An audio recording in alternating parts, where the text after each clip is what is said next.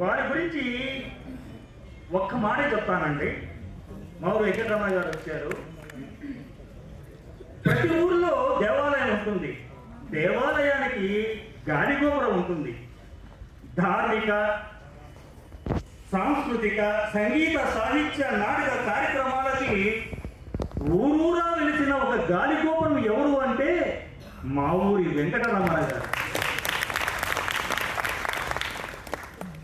ఎవరైనా సరే ఒక ఊరి ప్రజలు మా ఊరి మనిషిని చెప్తూ ఉంటారు, కానీ తెలుగు నేలల మీద ఆయన్ని మా ఊరి వెంకటరమణాన్ని సొంతం చేసుకున్నటువంటి మహానుభావుడు మాకు ఆయన వచ్చారు. చాలా చాలా సంతోషంగా ఉంది.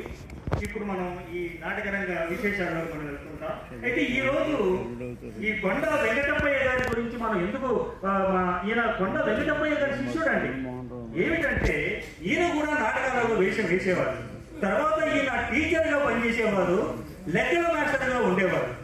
అయితే పౌరాణిక నాటకాలలో ఆయన వేషాలు వేసేవారు. ఒకసారి అమలాపురంలో ఈయన వేయవలసిన నాటకం ఉంది. అది ఇలాగే వేసవి బడులు కూడా ఒంటి కూడా బడులు సెలవు పెట్టాలని ఆయన ప్రయత్నం చేస్తే వాళ్ళు సెలవు మంజూరు చేయలేదు. లేదు, ఒక కూడా బడి కదా, ఒక కూడా బడికి నువ్వు తప్పనిసరిగా రావాలన్నారు.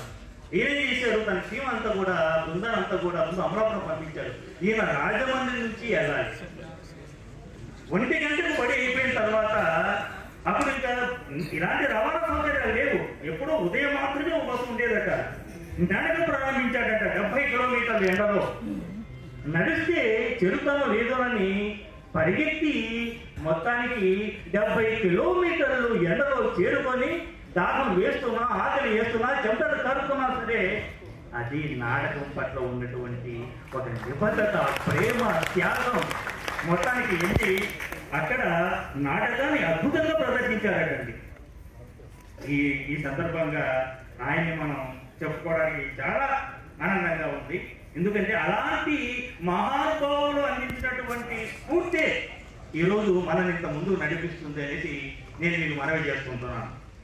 మరొక వ్యక్తి ఉన్నారంటే